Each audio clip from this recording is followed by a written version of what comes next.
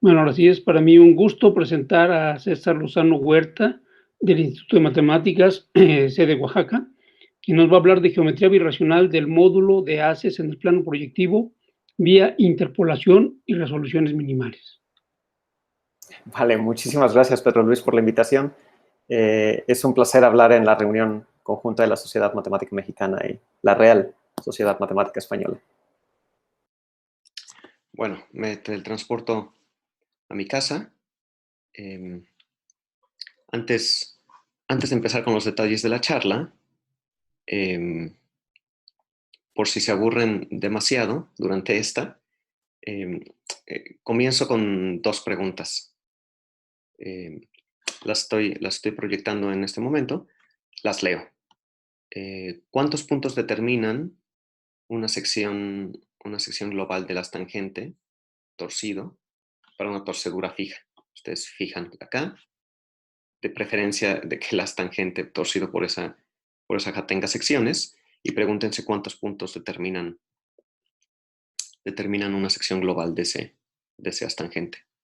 Y una vez que ya tienen esos puntos que determinan una sección, nosotros nos preguntamos qué geometría tienen. ¿Qué geometría tienen dichos puntos? ¿Están en posición general o no? Por ejemplo. Al final de esta charla, ¿verdad? Yo quiero contestar estas dos preguntas. Quiero decirles que el número de secciones, el número de puntos que determina una sección no es la clase de Chern, son menos. Y esos puntos no viven en posición general. Esos puntos que sí determinan una sección de la tangente forman una familia de codimensión 1 con propiedades interesantes. Pero esos son los detalles de la charla. Si quieren ir pensando la pregunta, pues bueno, las dos preguntas, pues ahí están. Y ahora sí, vuelvo a proyectar el título de mi charla porque yo había dicho que iba a hablar del espacio móduli de gavillas estables en el plano, y aquí estoy cambiándolo por el esquema de Hilbert de n puntos. Este es un caso particular del otro. Y sin embargo, este caso ya tiene todas las ideas del caso que nosotros estudiamos en general. Entonces decidí mejor empezar a comentarles cómo se ven las ideas aquí, es un poco más transparente. Y al final simplemente enunciar el teorema y decirles por dónde va la generalidad. Por lo tanto, pues bueno, el objeto de estudio en esta charla es estudiar el esquema de Hilbert de n puntos en el plano y empezar a estudiar su geometría birracional. Eso es lo que nos interesa en esta charla. Voy a ser preciso qué es lo que quiero decir por estudiar su geometría birracional. Déjenme antes decirles algunas propiedades de este espacio, de este esquema de Hilbert.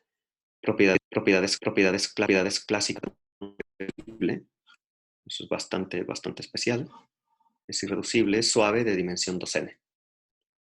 Y una propiedad importante que voy a ocupar siempre es que el rango de Picard de este espacio es 2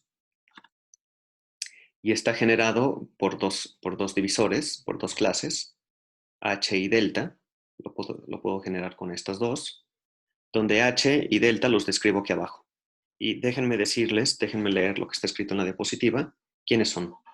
H es, ustedes tienen el plano, fijan una recta desde el inicio para toda la vida y se fijan en todos los puntos que intersectan esa recta.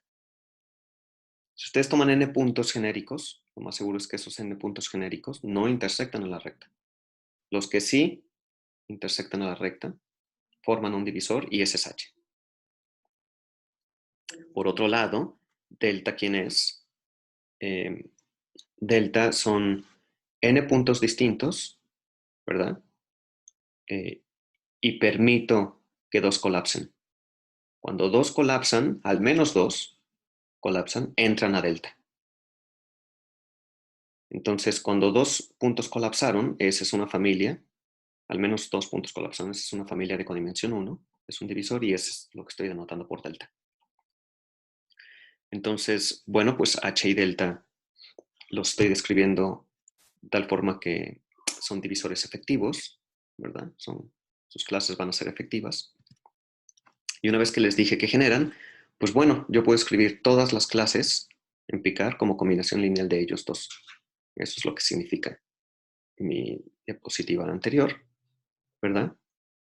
Y pues una vez que ya tengo estas combinaciones lineales, yo me puedo preguntar, y eso es lo que quiero decir por empezar a estudiar la geometría birracional de este espacio, es qué clases de estas, qué combinaciones de estas representan subvariedades honestas del esquema de Hilbert. Dicho en otras palabras, es dónde viven las clases efectivas. ¿Qué región del plano? ¿Qué región del plano es la que describe, es la que contiene clases efectivas, ¿verdad? Entonces aquí lo estoy pintando en azul. El divisor, mi notación para el cono de clases efectivas es esta que estoy poniendo aquí. Y la pregunta que me estoy haciendo y que quiero abordar en esta charla es cuál es el cono de divisores efectivos del esquema de Hilbert. Bueno, pues eso es más o menos lo mismo, preguntarme cuál es el mínimo A sobre B. Lo escribo con forma de pendiente. ¿Cuál es el mínimo mu? De tal manera que este D es proporcional a un divisor que se ve así, que es efectivo. Ando buscando la mínima mu, ¿verdad? Pues bueno, mi dibujo parece mañoso porque parte de delta, ¿verdad? Y llega a un D min. Este min es de este que es la pendiente minimal. Pero mi siguiente diapositiva, esta diapositiva, les dice que no es tan mañoso. Este delta, en efecto, es extremal en el cono efectivo. Es decir, es una de las fronteras del cono. ¿Cómo probamos eso? Es relativamente fácil. Pues es una clase, ¿verdad? Delta en Picard, ya como la dibujé, era una clase, pero es claramente efectiva, así la definí. Y la siguiente parte, esta parte uno no lo hace extremal, simplemente lo hace efectivo, ¿verdad? Una clase efectiva. Lo que sí prueba que es extremo, que es extremal, es una frontera de este cono, es esta parte 2, y es que yo puedo encontrar una curva movible en el esquema de Hilbert, ¿verdad? Que nunca intersecta delta. Que significa movible, que tengo una curva en el esquema de Hilbert y que sus deformaciones barren un abierto denso del esquema de Hilbert. Siempre que tengo una curva movible, ¿verdad? En el esquema de Hilbert, cualquier divisor que intersecte en cero esa curva va a ser extremal. En este caso, yo puedo cocinar una curva que intersecte en cero a delta. Eso prueba que es extremal. Cocinarse esta curva es sencillo. Pues piensen en n puntos distintos y una recta que no intersecta ninguno de estos puntos y muevan el enésimo punto sobre esta recta. Toda esa familia nunca se vuelve reducido, estos nunca son esquemas reducidos, por lo tanto intersecta cero delta. Esto es muy, muy sencillo. Eso prueba que es extremal. Entonces mi dibujo de aquí atrás no es tan mañoso. El cono efectivo en efecto empieza en delta. Por lo tanto, para terminar de describir este cono, ¿verdad? Lo que tengo que decirles es quién es este de min. Tengo que definirles un divisor. ¿Sale? Y es lo que voy a hacer en el resto de la charla, definirles quién es ese de min. Entonces, bueno, déjenme hacerlo. Déjenme decirles quién es este divisor extremal para estos n's. Esto está lejos de ser para cualquier n, pero déjenme hacerlo para este n, porque esta parte de la historia conecta muy bien con matemáticas españolas y con el resto de la historia. Conecta muy bien con el resto, muestra ideas del resto de la historia. Entonces, no es general, es un caso particular, pero bueno, va a generalizar al final. Entonces, tómense n puntos, donde n es se ve así. Su resolución de Gaeta la escribo así, ¿verdad? Y les voy a definir un subconjunto de momento de puntos en el plano, ¿verdad? Con esta resolución minimal. Aquí, disculpen, me hacen falta los exponentes. Aquí es S más 1 y aquí es S. Esta es casi la resolución de Gaeta, excepto que hay un factor aquí en medio. ¿Sale? Esto hay que probar que es un divisor. No es difícil probarlo. Y una vez que tengo un divisor, resulta ser extremal. ¿Por qué? Pues porque usando la resolución de Gaeta, yo puedo tomar una curva aquí, moviendo los coeficientes de esta matriz. Y pues los elementos de esta familia, cuando me tomo una curva aquí, nunca van a tener esta resolución minimal. Por lo tanto, intersectan este divisor en cero. Dado que me estoy tomando la curva con la resolución de Gaeta, van a cubrir un abierto denso. Y pues eso hace a este de min con esta descripción extremal. Esa sería la prueba de que este de min es extremal. ¿Vale? Entonces, pues de momento esta es la prueba, este sería el divisor extremal para estos n's en particular.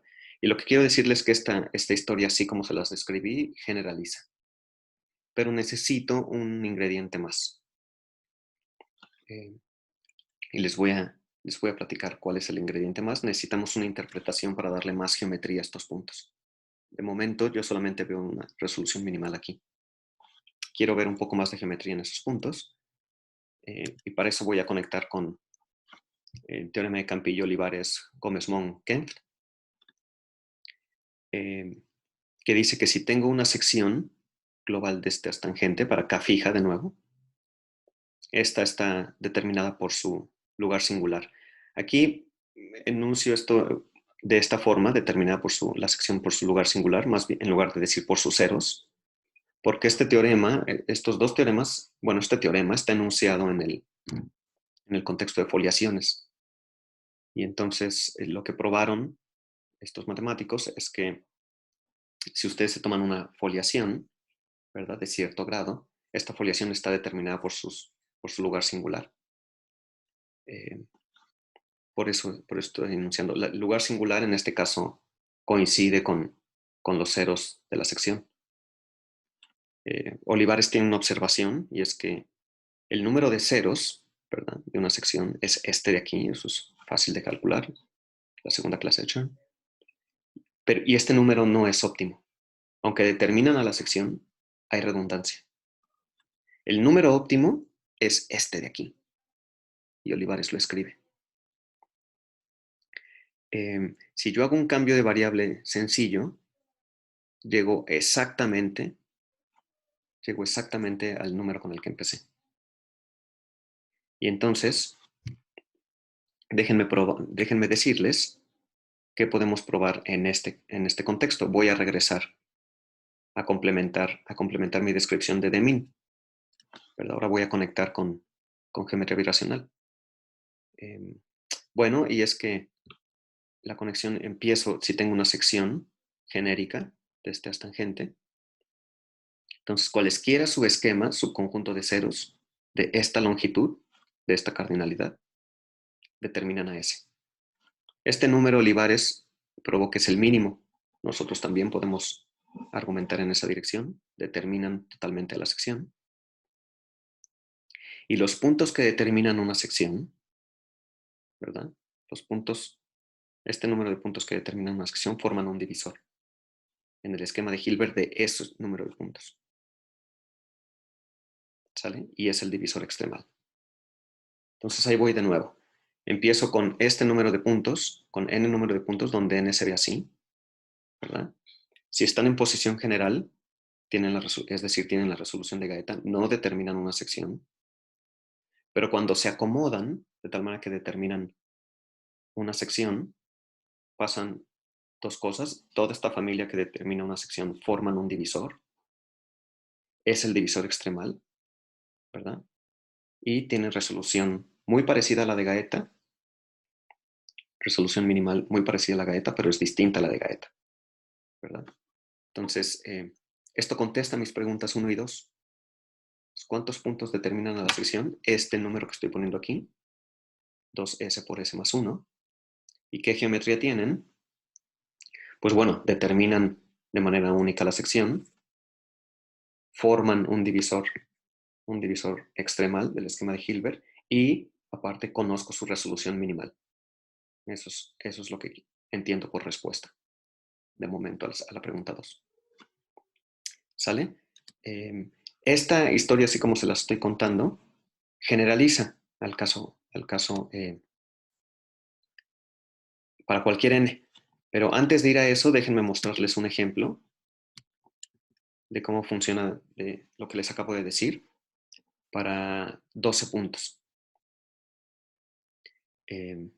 Para 12 puntos, la resolución minimal de Gaeta se ve así, ¿verdad? Los 12 puntos viven en 3 cuárticas y tienen 2 relaciones cuadráticas, las obvias.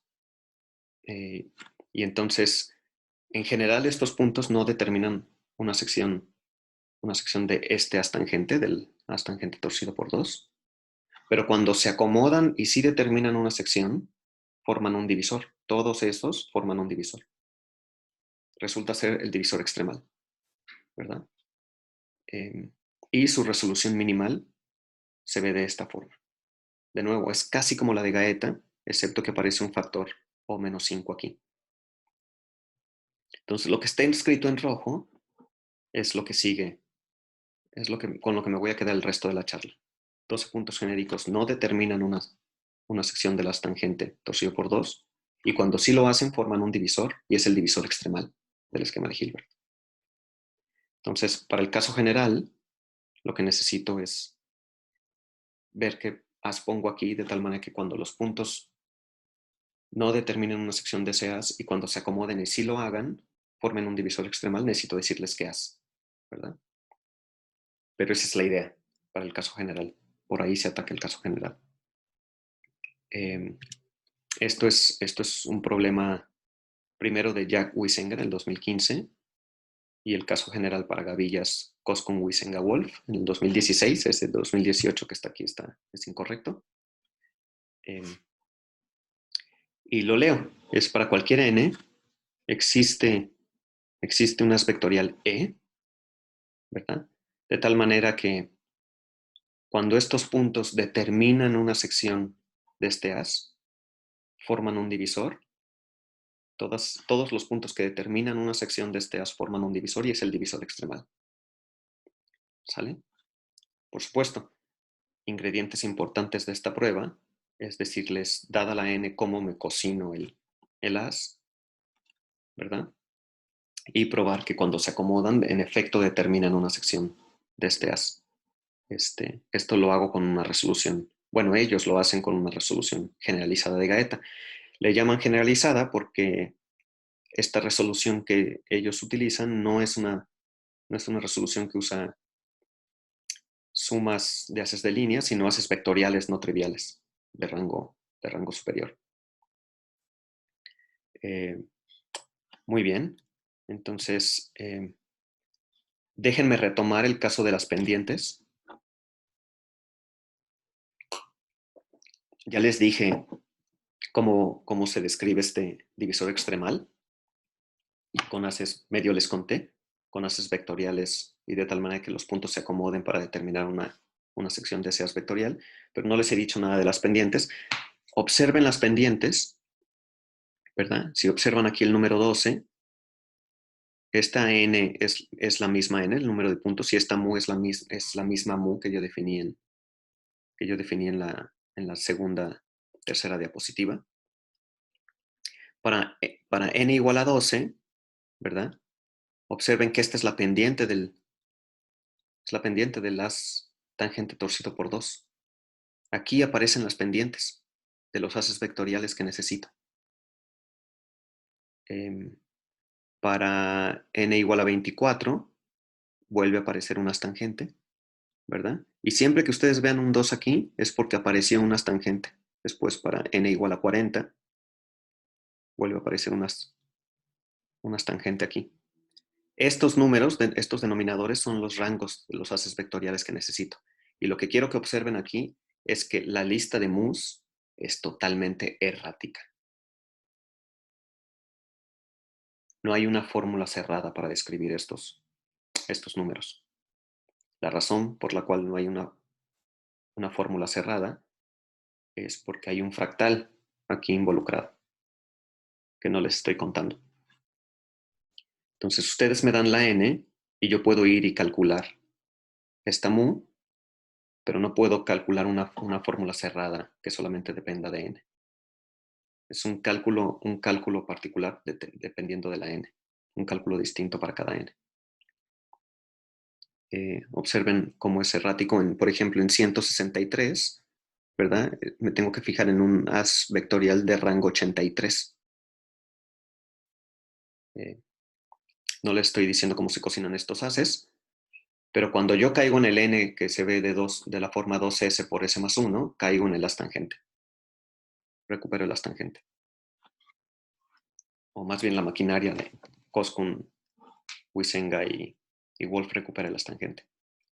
Entonces, ¿qué podemos probar nosotros? ¿Qué podemos probar nosotros en este caso? Es que yo empiezo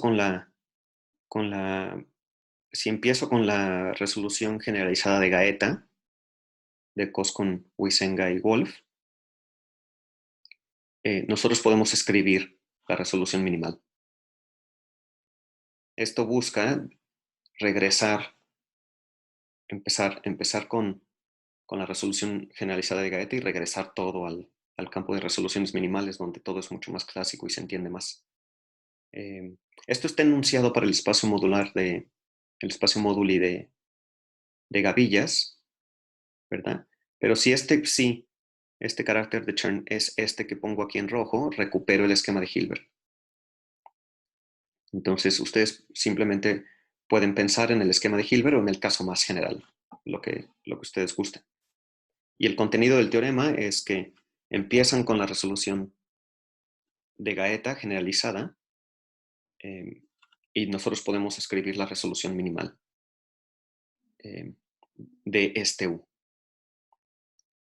En general, esta no es una resolución, por eso lo estoy pintando así, es un triángulo distinguido en la categoría derivada. Aún así, si ustedes empiezan con este triángulo distinguido en la categoría derivada, nosotros podemos decirles cuál es la resolución minimal de ese mismo U, de esa misma gavilla o conjunto de puntos. ¿Sale? Donde la resolución, nosotros observamos que en la resolución minimal se ve así, donde este B, que es donde estoy poniendo aquí unos ceros, este B es justo lo que aparece en la resolución minimal del F de la resolución generalizada de Gaeta.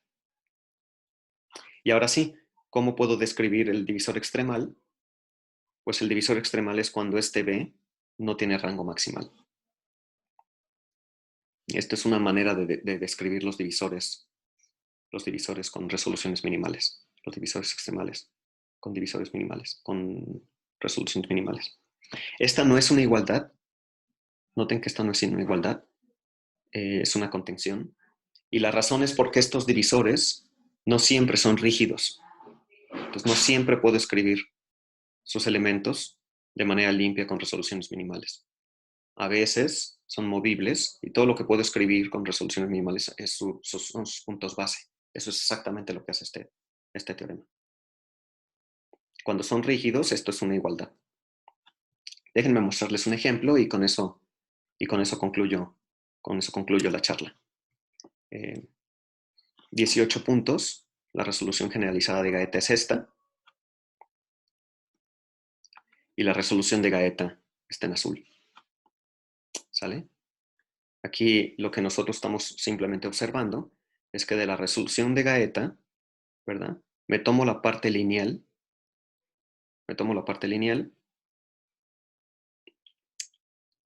que es esta de aquí, ¿verdad? Estas tres copias de O7 van a parar a este O6, ¿verdad? Estos son polinomios lineales.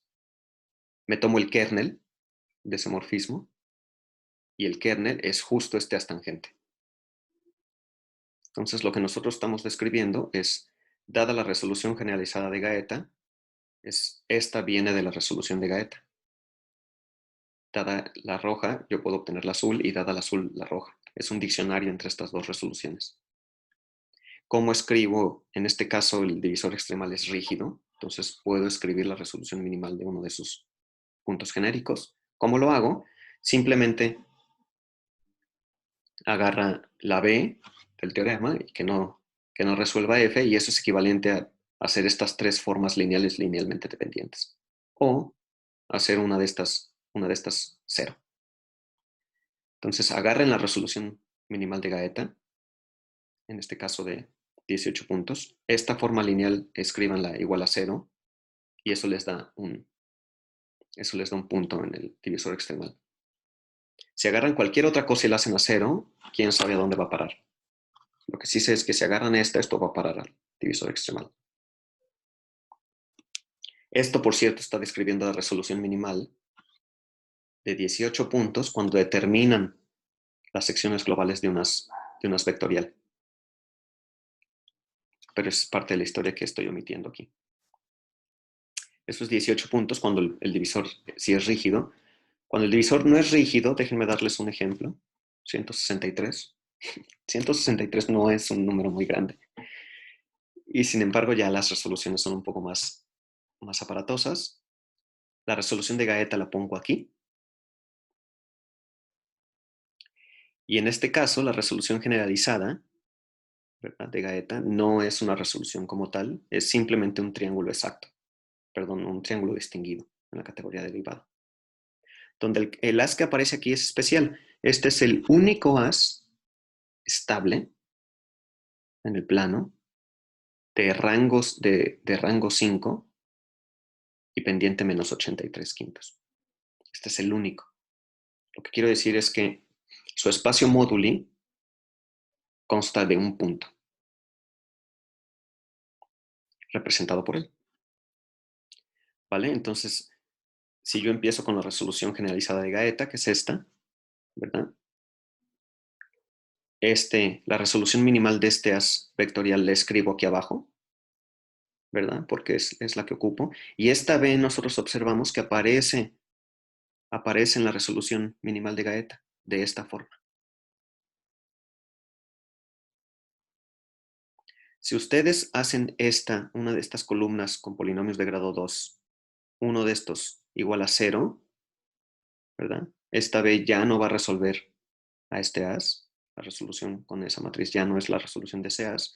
Y lo que hago es que me meto al divisor, a los puntos base del divisor extremal. En este caso, el divisor extremal no es rígido, es movible. Entonces no puedo describir uno de sus puntos genéricos con la resolución minimal, o más bien un punto genérico en este divisor va a tener resolución minimal de Gaeta, pero sí puedo describir sus puntos base, y es lo que estoy escrito aquí abajo. Estos puntos, esta contención, esto que está aquí de este lado, en el lado derecho, van a ser los puntos base. Bueno, pues esto es lo que quería contarles, este diccionario entre la resolución generalizada de Gaeta y la resolución de Gaeta, original clásica de Gaeta, este diccionario, y cómo recuperar el divisor extremal del esquema de Hilbert es lo que quería yo contarles el día de hoy, y pues los dejo con las caras involucradas en esta historia, que involucra matemáticas españolas y norteamericanas. Muchas gracias.